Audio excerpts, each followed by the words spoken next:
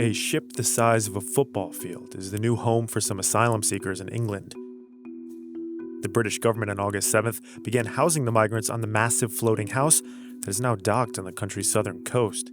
It's an effort, the government said, to reduce the cost of housing migrants in hotels and to discourage asylum seekers from attempting the dangerous English Channel crossing. The barge is 3 stories high and retrofitted with bunk beds and more than 200 rooms. The British government wants to use barges and former military facilities to address a recent surge in asylum seekers.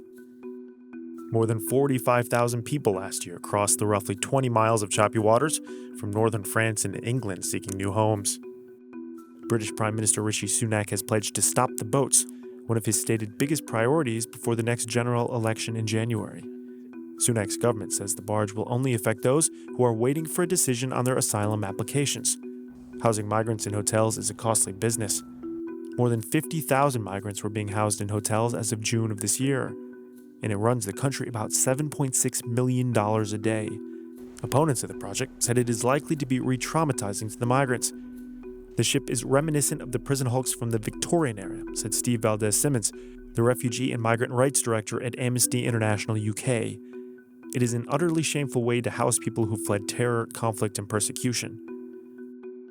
Among the government's other migration plans include sending asylum seekers to Rwanda,